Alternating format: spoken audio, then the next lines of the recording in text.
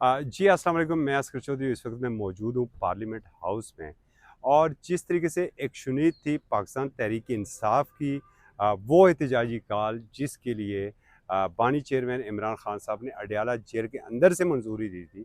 और फिर अलीमा खानम ने अपनी प्रेस कॉन्फ्रेंस में कहा था कि इमरान खान साहब ने 5 तारीख को, चूँकि उनकी कैद को 2 साल पूरे हो रहे हैं, तो 5 अगस्त से वो एहतजाजी तहरीक होगी और जिसका वार्म अप इस वक्त ऑलरेडी पूरे मुल्क में जारी है। और अगर हम बात करें इस वक्त शहर शहर, नगर नगर, गोट गोट, गांव गांव, देहातों में, चक्कों में वहाँ पर रैलियां निकल रही हैं, वार्म अप हो रहे हैं। जो पाकिस्तान तहरीक इंसाफ के कारकुन एक बड़ी तहरीक के लिए। लेकिन दूसरी जानब हैरत अंगेज़ तौर पर गुज़श्ता रोज़ जो लाहौर में एक इकट्ठ हुआ था पाकिस्तान तहरीक इंसाफ के पार्लियामेंटेरियन का, और आज जब हम पार्लियामेंट हाउस के अंदर थे और जब हमने कुछ पार्लियामेंटेरियन से पूछने की कोशिश की कि ये इतना बड़ा आखिर कौन सा इजलास था, चूँकि हमें तो अपने ये ज़राए बता रहे थे कि शायद किसी शख्सियत को सेनेट का टिकट देना था और उन्होंने मेज़बानी की थी और उस मेज़बानी को नाम दे दिया गया था एक बड़े मुशावरती इजलास का। और जिसके अंदर वज़ीर आला खैबर पख्तूनख्वा अली अमीन गंडापुर ने बड़ा जो है, चूँकि पंजाब के दिल लाहौर में बैठे हुए थे, तो इसलिए उन्होंने लाहौरी स्टाइल, जिसे मौला जट वाला स्टाइल कहते हैं, वो अपनाया था।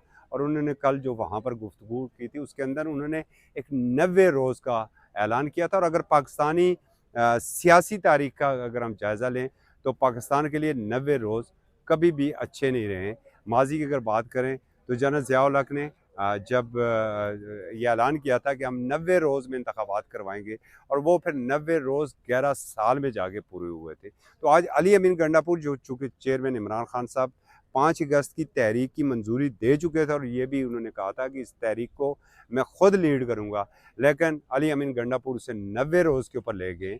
तो कहीं ये 90 रोज़ भी वही जनरल ज़िया साहब वाले वो 90 रोज़ में तब्दील ना हो जाएँ। तो इसका मतलब ये निकलता है कि ये तहरीक दूर दूर तक चलती हुई नज़र नहीं आ रही है। इस हवाले से भी आज हमने बात करने की कोशिश की पाकिस्तान तहरीक इंसाफ के रहनुमाओं से, लेकिन वो कन्नी कतराते रहे और उन्होंने हमसे ये भी, इसका भी हमें कोई जवाब नहीं दिया। साथ हमने ये भी पूछा कि जब इतना बड़ा एक इजलास हो रहा था तो चीफ़ ऑर्गेनाइज़र पंजाब जो हैं आलिया हमज़ा, और वो जैसे कहते हैं ना टाइम टेस्टेड फ्रेंड, तो वो इमरान खान की जो आजमाई हुई वो पुरइत्माद कारकुन हैं जिन्होंने सोबतें बर्दाश्त की, मुसीबतें बर्दाश्त की, जेल बर्दाश्त की, कोई प्रेस कॉन्फ्रेंस नहीं की। और वो ने चीफ़ ऑर्गेनाइज़र पंजाब इसलिए मुकर्रर किया गया था। दूसरी जानब एक ऐसा शख्स कि जिसने प्रेस कॉन्फ्रेंस भी की थी और वो मेज़बानी भी कर रहा था, और इस इजलास में आलिया हमज़ा का ना आना भी बहुत से सवालात खड़े कर रहा है। इस वक्त डिजिटल मीडिया के ऊपर भी, एक्स के ऊपर बिलखसूस अगर हम बात करें, तो पाकिस्तान तहरीक इंसाफ के कारकुन इसके ऊपर सवालात उठा रहे हैं। और यहाँ पर ये जो पार्लिमान है, यहाँ पर जो पाकिस्तान तहरीक इंसाफ के रहनुमा हैं, उनसे हमें इस सवाल का जवाब नहीं मिल रहा है। दबे अल्फाज में कुछ रहनुमा तो ये कह रहे हैं कि शायद ये स्लिप ऑफ टंग है, लेकिन अगर ये स्लिप ऑफ टंग है तो फिर 90 रोज़ का इतना वावेला क्यों है?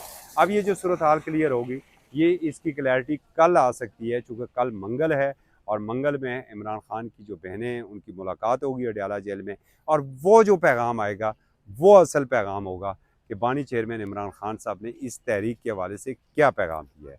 तो अब तक के लिए इतना ही। दोबारा आपको कुछ अपडेट्स करेंगे कल इंशाल्लाह। सेनेट के हवाले से क्या हो रहा है, कहाँ पर बोलियाँ लग रही हैं, बोरियों के मुंह कैसे खुल रहे हैं, उस वक्त तक के लिए इजाज़त दीजिए। अल्लाह हाफ़िज़।